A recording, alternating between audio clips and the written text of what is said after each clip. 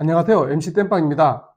사회적 갈등, 그리고 사회적 문제를 해결하기 위한 MC 땜빵이 새로운 프로젝트를 추진합니다. 바로 MC 땜빵의 세상 솔루션입니다. 땜빵 라이브는 여러분들의 동의올 게임으로 진행되고 있는데요. 땜빵 라이브의 코너로 세상 솔루션을 운영해 보도록 하겠습니다. MC 땜빵의 세상 솔루션은 우리 사회의 갈등으로 자리 잡고 있거나 중요한 문제인데 그 해법이 필요한데도 그냥 넘겨지고 있는 우리 사회의 문제를 이모저모 살피고 여러분의 의견 참여로 적절한 해법이 무엇인지 검토해보는 그런 프로그램으로 준비할 예정입니다. 세상 솔루션은요, 어쩔 수 없이 MC 땜빵이 개인적인 견해를 포함시켜서 제작할 수밖에 없습니다. 시청자 여러분의 견해와 다를 수 있습니다. 당연합니다. 서로 살아온 인생 경험도 다르니 생각이 같다면 더 이상한 거죠. MC 땜빵의 개인적 견해가 여러분의 생각과 틀리더라도 화를 내거나 미워하지 마시고 적극적인 의견을 개진해 주세요. 콘텐츠 내용의 반영도 해드리고 또 다른 시청자 여러분의 의견까지 모으는 동요울 게임을 통해서 더욱 정교하게 다듬어 가도록 하겠습니다. 세상 솔루션 진행 방식을 설명드리겠습니다. 매번 주제가 발굴될 때마다 MC 땜빵이 공부를 해야 됩니다. 공부를 하고 자료조사도 하고 영상을 만들어서 공개를 하겠습니다. 땡기지 플러스 앱의 땡방 라이브 캠프에도 공개를 하고 땡방 라이브 유튜브 채널에도 공개하겠습니다. 여러분들은 의견을 댓글로 달아주시고 추가적인 정보가 있다면 서로 공유할 수 있도록 댓글에 올려주시면서 상호 간에 많은 의견과 정보가 공유되도록 협력해 주셨으면 좋겠습니다. 게시판은 가급적이면 땡방 라이브 캠프에 있는 게시판을 활용할 건데요. 많은 사람들이 참여한다면 우리 동네, 우리 지역의 문제를 해소하는 데 도움이 될 것이고요. 더 나아가 우리 사회, 세상의 문제까지 푸는데도 도움이 되지 않을까요? 당연히 그렇게 된다면 좋겠습니다. 어떻습니까? 한번 해볼 만하지 않을까요? 여러분들의 많은 참여, 이 참여로만 이루어갈 수 있습니다. MC 땜빵 세상 솔루션 많은 응원과 참여 부탁드리겠습니다. MC 땜빵의 세상 솔루션, 오늘 첫 번째 주제는 수도권 쓰레기 문제입니다. 우리나라 수도권에는 인구의 절반 이상이 모여 살고 있습니다. 그러다 보니 서울의 쓰레기 문제는 매우 심각합니다. 수도권에서 발생한 쓰레기를 다른 지방에 매립할 수는 없는 일이고 서울 같은 도시는 쓰레기 매립장을 만들기도 만만치 않습니다. 지리적 공간이 부족하거든요. 쓰레기 문제는 다른 대도시나 여느 지방에서도 지금 현재 벌어지고 있는 문제이기도 하고 미래에 닥칠 문제이기도 합니다. 그러니까 우리가 함께 미리 풀어보면 좋은 본보기가 되는 그런 문제가 될 것 같습니다. 수도권 쓰레기 매립지 문제를 잘 해결하기 위해서는 전 지구적인 기후위기와 환경 문제를 살펴봐야 할 것 같아요. 이산화탄소 배출 급증으로 기후위기가 악화일로입니다. 인류는 수천 년간 혹은 수억 년 동안 형성된 지하의 석탄과 석유를 불과 100년도 안 되는 짧은 시간 동안 엄청난 기세로 사용해 왔습니다. 엄청난 양의 탄소 배출과 더불어 폐플라스틱을 배출했고요. 그리고 미세 플라스틱 문제를 낳고 있습니다. 매년 신기록을 달성했고 또 신기록을 갱신 중입니다. 우리나라 같이 선진국으로 편입된 나라뿐만 아니라 인도나 인도네시아, 브라질, 베트남 같은 이제 막 경제 개발이 진행되고 있는 개발도상 국가에서도 엄청난 양의 플라스틱을 생산해서 사용하고 있습니다. 2차 산업혁명, 어떻게 보면 철강이라든지 전기, 거기에 플라스틱이 들어가 있는 거거든요. 이 석유를 에너지로도 볼 수 있지만 석유를 활용해서 플라스틱을 생산했기 때문에 굉장히 편리한 제품들이 많이 나왔습니다. 전기의 확산에도 플라스틱이 많은 기여를 하게 됩니다. 왜냐하면 플라스틱이 전기의 그 불연체로서 많이 쓰이게 되거든요. 플라스틱 없이는 생활이 불가능한 인류 사회가 된 거죠. 원래 환경 문제는 럭스, 석스 같은 인간에게 유해한 물질이 발생하는 거, 이런 것들이 문제가 됐었거든요. 그리고 이산화탄소는 인류에게 그렇게 치명적인 오염물질로 치부되진 않았습니다. 그런데 현재 와선 좀 달라졌어요. 가장 치명적으로 위협이 되는 게 이산화탄소입니다. 이산화탄소가 많이 배출되면서 지구의 온도가 점진적으로 뜨거워지는 거죠. 기후위기를 늦추기 위해 국제사회는 탄소 배출을 제로로 맞추는데 합의를 매번 해왔습니다. 재생에너지 사용을 늘리고 자원을 재활용하고 쓰레기 배출을 최대한 줄여서 후세에 지속 가능한 세상을 물려주는 게 중요하다고 생각을 한 거죠. 나라마다는 좀 입장이 다른데요. 선진국들은 환경 문제가 굉장히 심하다. 그래서 위기감이 크니까 그래서 이제부터는 함께 힘을 합쳐서 좀 덜 쓰자. 탄소로 배출을 줄이자. 뭐 이렇게 노력하자. 이렇게 얘기하는 주의라면 중국이나 인도네시아, 인도 같이 이제 막 경제가 성장하는 나라들은 야, 우리가 환경 오염을 많이 한 게 아니다. 니네들이 먼저 했지 않냐. 근데 우리는 지금 경제 성장을 해야 되는데 선진국에서 이렇게 환경 문제를 악화시켜 놓고 우리 보고는 절제만 하라는 게 말이 되냐? 이건 말이 안 된다. 우리는 좀 천천히 할 테니까 용인해 달라. 뭐 이런 식으로 나오기도 하는 거죠.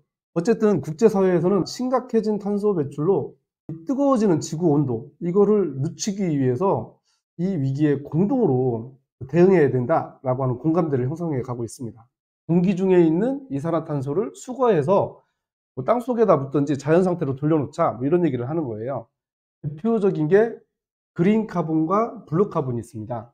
지금 보시는 건 숲을 보고 계신데요. 광합성을 통해서 식물이 공기 중에 있는 이산화탄소를 흡수를 합니다. 숲을 잘 관리해서 이산화탄소를 흡수하게 하고 나무들을 잘 퇴적시켜서 탄소 상태로 묶어놓자는 거죠. 자연 상태로 공기 중에 있는 이산화탄소를 잡자 뭐 이런 얘기가 있고요. 숲에 있는 탄소 흡수원 이걸 그린 카본이라고 하는데 바다에서도 탄소를 흡수한다. 블루 카본이라고 하는 개념을 생산해냈습니다.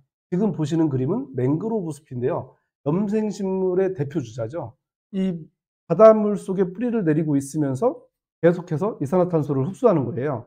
해수 속에 퇴적시키면 탄소가 오래 또 보존이 된답니다. 그래서 탄소 흡수 효과가 그린 카본보다 블루 카본이 5배가 높다. 뭐 이런 연구 결과도 있어요.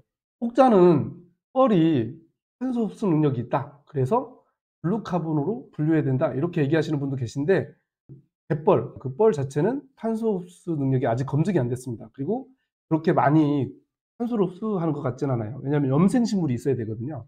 이걸 뛰어넘어서 지금 카이스트라든지 환경 보호를 하는 공공 조직들이 하는 탄소를 분리해서 흡수하는 기술 아이디어 경진대회, 뭐 창업대회 이런 것들을 굉장히 많이 하고 있거든요.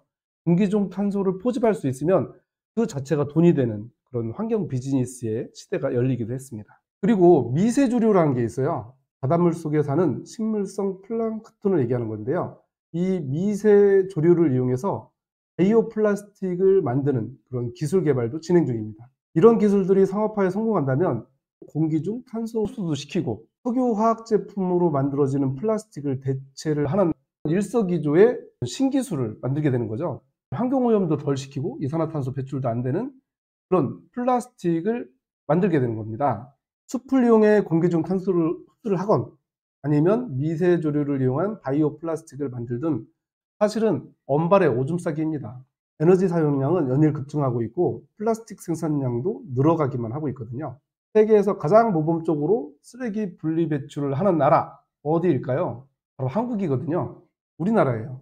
근데 여러분들도 뉴스를 보셨는지 모르겠지만 플라스틱 분리수거해서 재활용을 못했답니다. 왜 그러냐면 조금이라도 오염물질이 있으면 재활용이 안 된다는 거예요. 근데 재활용률이 굉장히 낮습니다. 우리나라에서 따지는 재활용률이 20%를 좀 넘어가긴 하는데 그건 연료화까지 포함된 거고요. 플라스틱 자체를 단량체로 회수해서 다시 재활용하는 비율은 한 자릿수예요. 굉장히 낮아요. 자, 정리해 볼게요. 전 세계의 환경 오염 문제는 기후 위기 문제랑 같은 문제로 인식이 됩니다. 환경 오염물질을 내보내냐 마느냐 요거보다 이산화탄소 배출을 줄여야 된다 또는 이산화탄소를 흡수해야 된다 요거를 가지고 이제 한국에 있는 쓰레기 매립장 얘기를 풀어보도록 하겠습니다. 우리나라에는 인구의 절반이 모여 사는 수도권 쓰레기 매립지 문제로 지자체 간 갈등이 매우 심각합니다. 지도를 보여드리겠습니다. 경인 아라뱃길이라고 있죠. 인천에서 한강까지 운하를 만들었어요. 자전거 길이 돼 있어서 저는 자전거 타고 몇 번 왔다 갔다 했는데 굉장히 좋더라고요. 이 아라뱃길 위로 제3 매립장, 제2 매립장, 제1 매립장 이렇게 표시가 되어 있는 걸 보실 수 있습니다. 바로 수도권 쓰레기 매립장입니다. 제2 매립장은 이미 매립이 끝났어요. 그래서 그 위에 보이시나요? 골프장을 만들어 가지고 운영 중인 것 같아요. 그리고 제2 매립장이 있고요. 제3 매립장이 있는데 제3매립장에 1단계, 2단계가 있어요. 실제로 지도에서 보면 땅 지번이 없습니다. 원래 바다였던 땅을 매립해 가지고 김포 매립지라고 했었는데 이 검단 일부가 인천시로 편입이 됩니다. 이 김포시와 인천시의 경계선을 보고 계십니다. 제4 매립장이 예정지라고 되어 있는데 이거는 인천과 김포시가 같이 점유하고 있습니다.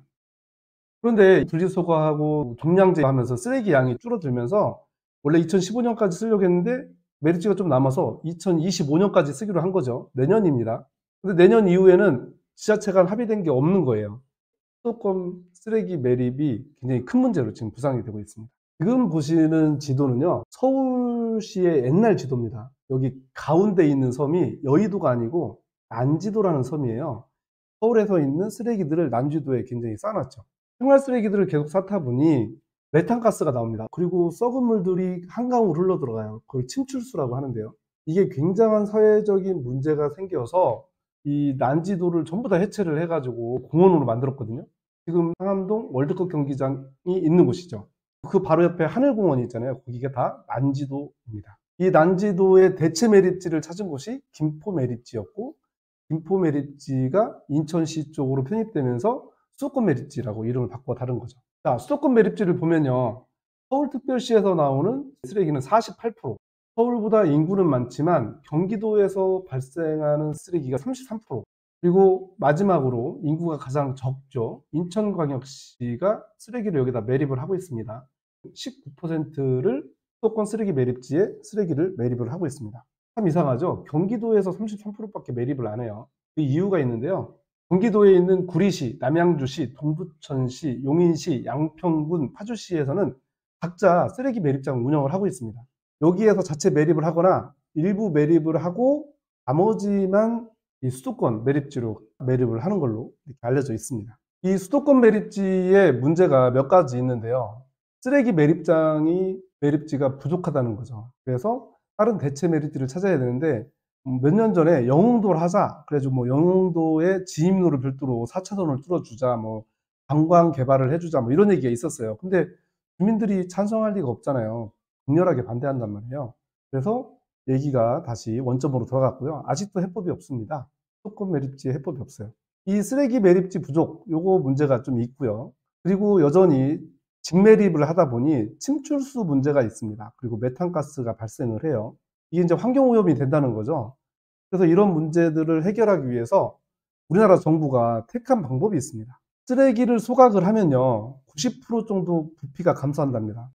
태우면 10만 남는 거예요. 그러면 매립할 때 공간이 확실히 줄어들겠죠? 그러니까 쓰레기 매립장 문제, 부족 문제가 해결이 될 수 있다. 이렇게 생각을 한 것 같아요. 그래서 시행령을 바꿨어요. 혹자는 이걸 뭐 어느 당에서 밀어붙여가지고 말도 안 되는 법을 만들었다 이렇게 얘기하시는 분도 계신데, 뭐 제가 찾아보니까 어떤 당이 한 게 아니라 우리나라 정부가 그렇게 한 거예요. 왜냐하면 매립지가 부족하니까 소각을 일단 하자. 양을 줄여서 매립을 하자. 이렇게 되면 매립지 부족 문제를 해결할 수 있다. 이렇게 생각을 한 것 같아요. 그래서 인천이라든지 경기라든지 또 지자체별로 그것도 몇 개 구를 털어서 쓰레기 소각장을 만들어라. 이렇게 의무화가 됩니다. 이걸 안 하면 이제 벌금을 내야 되는 거예요. 이게 언제까지 해야 될까요? 2026년까지 이걸 가동을 해야 됩니다. 그래서 이거를 뭐 인천시 같은 경우도 이런 것들을 하다 보니 영종도에다가 만들자. 그러니까 영종도 주민들이 가만히 있겠습니까? 다른 지역도 마찬가지겠죠. 방역 쓰레기 소각장 절대 반대다. 다이옥신 나온다. 발암물질이죠. 굉장히 유명합니다. 다이옥신이 나올 수 있으니 안 된다. 뭐 환경적으로 기술적으로 전혀 문제가 없다. 다 처리해준다. 완벽하게 검증할게. 그래도 사람들은 걱정이 되죠. 그리고 우리 동네에 쓰레기차 돌아다니는 거 싫다. 어쨌든 우리 동네 절대 반대다. 이렇게 된 거죠. 그런데 광역 쓰레기 소각장을 반대한다는 게 아니라 우리 동네에 들어오는 걸 반대한다는 거예요. 그런데 최근에 광역 쓰레기 소각장 자체를 반대하는 이런 목소리가 나오고 있습니다. 우리 동네뿐만이 아니라 이게 잘못된 법이니까 만들면 안 된다.